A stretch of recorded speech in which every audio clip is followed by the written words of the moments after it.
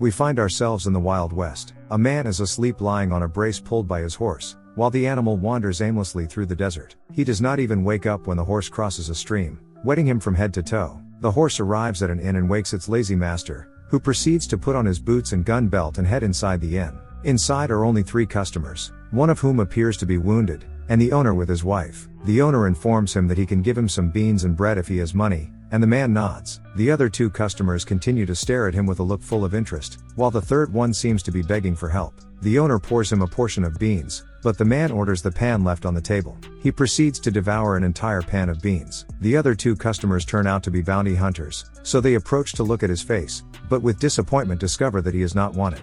When the man finishes eating, he gets up and approaches the injured man, inviting him to come with him. The bounty hunters obviously do not take it well, but the man informs them that he is Trinity, or as the others call him, the right hand of the devil. When he comes out with the poor Mexican man, he proves that he was not lying, killing the 2 men with ease. The wounded Mexican man claims that he did nothing wrong, and was only framed, so he is innocent. Trinity believes him and they continue their journey together. After a few hours they arrive in a small town, where 3 armed men threaten the local sheriff to free their friend, who has raped a local woman.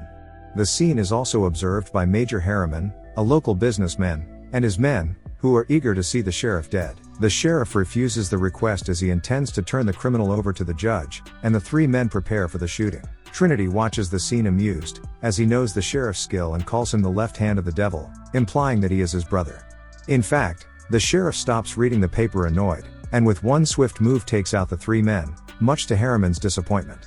When Trinity approaches, the sheriff is clearly not pleased to see his brother. After the confrontation, Trinity follows his brother to his office and asks him for help in dressing the Mexican's wound. The latter is made drunk, treated, and thrown into jail. Once they are alone, Bambino, the name by which the sheriff is called, tells his brother that he has recently escaped, that he met the real sheriff of the town along the way, and believing himself pursued, killed him and robbed him of the star. In reality, Bambino is a horse thief, and is now waiting in town for the arrival of his accomplices, Weasel and Shy, with whom he plans to travel to California and commit new cattle thefts. Finally, he does not hide from Trinity that he is not at all happy about his arrival, knowing his talents as a spoilsport, and asks him to get out of town as soon as possible. Soon afterward, Jonathan Swift, the sheriff's handyman secretary, enters the office and warns him that at the saloon Harriman's men have attacked for the umpteenth time 2 members of a peaceful Mormon community in the area. After this he invites Trinity to take a bath because he is too dirty and will not let him sleep in the office under these conditions. When evening comes, Bambino goes to the saloon to vigorously enjoin Harriman and his men to leave the farmers alone. When a henchman tries to threaten him, Bambino puts him to sleep with his fist. Another henchman wants to shoot Bambino, but Trinity comes from behind and makes a fool of him in front of his friends. The sheriff then leaves, having accomplished nothing because Harriman still orders his men to take out the sheriff any way they can. At the office, Bambino explains to Trinity that the bully Harriman would like to drive the Mormons out of a rich pasture to bring in his own herd of horses, which Bambino would like to take possession of. Although Bambino is not the real sheriff, he must keep the peace in the town to prevent the authorities from arriving, forcing him to flee before his accomplices arrive and screwing up his next heist. Bambino then tries to convince Trinity to help him out, even offering him life and lodging, but his brother refuses out of laziness. Despite the sheriff's rebuke, Harriman visits the Mormon community the next day, threatening their leader, Tobiah, to gather their belongings and leave the valley if they will not recoil in trouble. Tobiah begs Harriman to let them stay, as they have traveled hundreds of miles and are already building their home. Harriman stands firm on his decision and orders his henchmen to destroy the house under construction as a final warning. The farmers' misfortunes do not end there, for as soon as Harriman leaves, outlaw bandits arrive, headed by Miska. Miska slaps the Mormons and orders poor Tobiah to have some meat and wine found when they return next time, because they want to take advantage of the farmers' kindness and get free food. Trinity is resting in the sheriff's office and informs Jonathan that he will be leaving soon, but suddenly he hears commotion outside. Another Mormon, accompanied by 2 girls, Sarah and Judith, is roughed up by 2 of Harriman's men for trying to buy goods in town. Trinity, seeing the scene, intervenes in defense of the Mormon and beats up Harriman's men. He gives the goods to the poor Mormon and the girls thank him with a smile. He heads to the saloon to talk to Harriman and ask him to leave the farmers alone, wounding his men in the process and showing his dexterity with a gun. When Bambino learns of this he becomes enraged and tries to drive his brother out of the town, but then, under blackmail and not being a real sheriff with authority to give orders, he is forced to appoint him deputy sheriff. On the strength of his new position, the young gunslinger returns to the saloon for a drink with Jonathan, but as he enters he discovers that Harriman's henchmen are speaking ill of their mother. He then decides to teach them a lesson with the help of his brother, agreeing to put away their guns and settle the matter like real men, although there are 2 of them against a dozen. Despite the difference in numbers, the strong and manly Bambino and the agile Trinity manage to win the fight by slapping and punching all their opponents. The next day, the 2 brothers visit Mormon farmers, and Tobias invites them to lunch as a form of thanks for helping them buy goods in town. The 2 girls are very happy to see Trinity again, but before they can begin to eat, they are abruptly interrupted by the Mexican bandit Muska, who has returned to extort the community again. Since the Mormon farmers are all teetotalers and have no wine, Muska orders them to line up to be slapped one by one. However, mistaking Bambino for one of them, he is knocked out by 2 heavy slaps, and is forced to flee with his tail between his legs. Bambino advises Tobias to arm himself and fight Muska when he returns, as they are outnumbered, but the wise old man states that their community is based only on faith and does not accept the use of violence and weapons. When the 2 return to the office, Jonathan serves food and informs the 2 that this is probably their last dinner, as Harriman has hired 2 professional gunmen to take them out once and for all. At Harriman's house, the latter orders the 2 posh gunslingers to take out the sheriff and the deputy by the next evening, and the 2 accept the assignment without fail.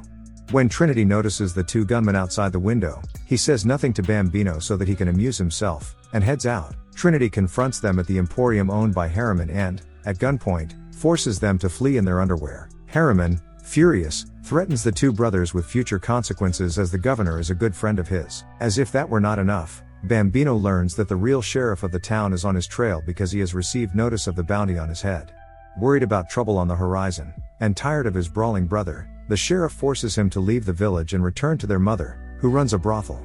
The 2 exchange a series of sharp blows before saying goodbye. Trinity goes to the Mormons and decides to stay with them, as their religion allows for 2 wives, and Sarah and Judith are in love with him. Trinity takes a bath with his future wives, after which he returns to Tobias and begins to discuss a plan to confront Harriman. He tries to convince the Mormons that the only possible defense is violence, as faith will get them nowhere. During the discussion, Trinity notices 2 gunmen approaching, and later discovers that they are none other than Weasel and Shy, Bambino's accomplices.